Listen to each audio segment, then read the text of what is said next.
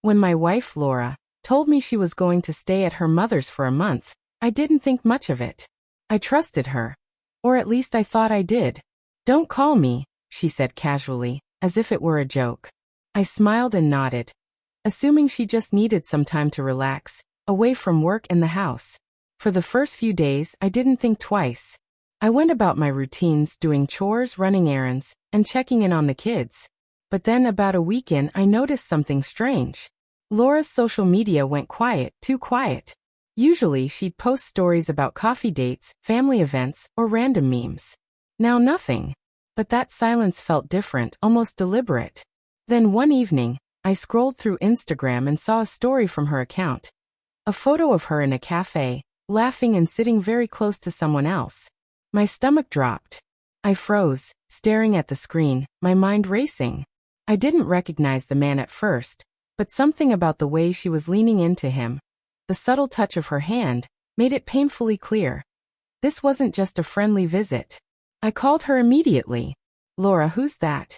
There was a pause. Then laughter. "Oh, that? Just a friend from college," she said lightly, trying to brush it off. I felt my blood boil. A friend? Really? The casual tone didn't match the intensity of the photo. I knew in that instant she wasn't being honest. Over the next few days, I decided to dig quietly. I checked locations, cross-referenced posts, and even asked a few mutual friends innocently about her. The more I uncovered, the clearer it became.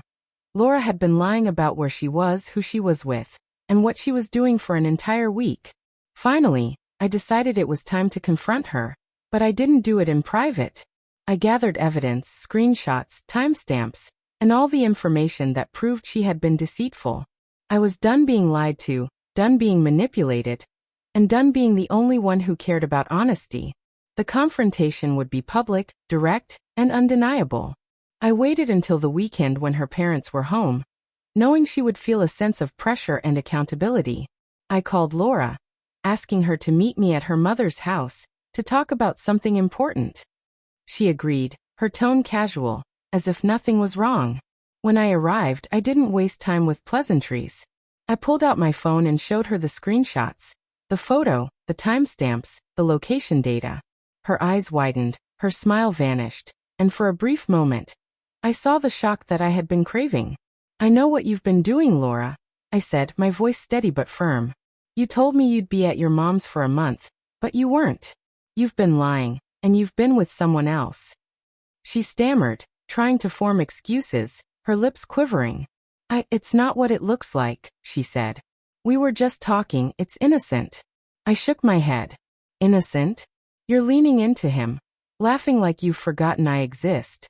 You told me not to call, tried to hide it. That's not innocent. That's betrayal." Her parents, who had been sitting nearby, now looked from her to me in confusion and concern. "Laura," her mother said softly, "is this true?" The color drained from her face. She opened her mouth to respond but stopped. The photo on my phone was undeniable. No words could rewrite the evidence. I continued, calm but unyielding. "I'm not here to fight. I'm here to show the truth. You can deny it all you want, but the proof is here, and everyone can see it." Laura finally looked down, tears welling in her eyes. She muttered, I didn't mean to." I cut her off. "It doesn't matter what you meant. What matters is the choices you made. I trusted you, and you lied to me. That trust is gone, Laura. And once it's gone forever." Her parents remained silent, disappointment etched on their faces. I left the phone on the table, the photo still visible, a testament to her deception. At that moment, I realized something crucial. Exposing the truth wasn't about revenge. It was about reclaiming my dignity, setting boundaries, and ensuring that no one, not even my spouse, could manipulate me or rewrite reality. The days that followed were tense. Laura tried to explain herself to her parents, but the evidence was undeniable. Every attempt at manipulation, every excuse fell flat.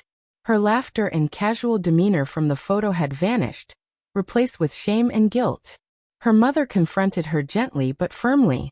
"Laura, this isn't just about you anymore. It's about honesty, respect, and the family. You've broken that trust." Her father nodded in agreement, arms crossed. We raised you to be better than this.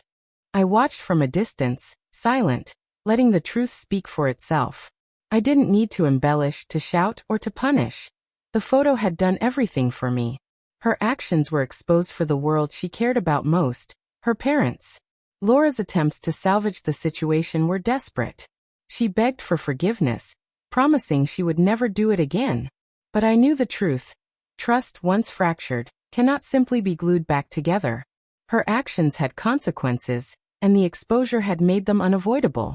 Within a week, I moved forward with my decisions. I limited contact, set strict boundaries, and focused on rebuilding my life on honesty and respect. Laura's deception had shown me the value of transparency, the importance of observing actions over words, and the necessity of protecting oneself from repeated betrayal. Even friends who had known both of us were stunned when they heard the story. Many congratulated me on handling it calmly, on letting the truth come out without losing my composure. I realized then that exposure isn't about humiliation. It's about clarity, boundaries, and self-respect. Laura's life continued under the watchful eyes of her parents, now fully aware of the choices she had made. She faced the social and familial consequences of her actions, a reminder that deceit, when uncovered, can never be hidden again. For me, the lesson was clear. Lies can only last until someone decides to look closer. Betrayal, no matter how cunning, will eventually surface.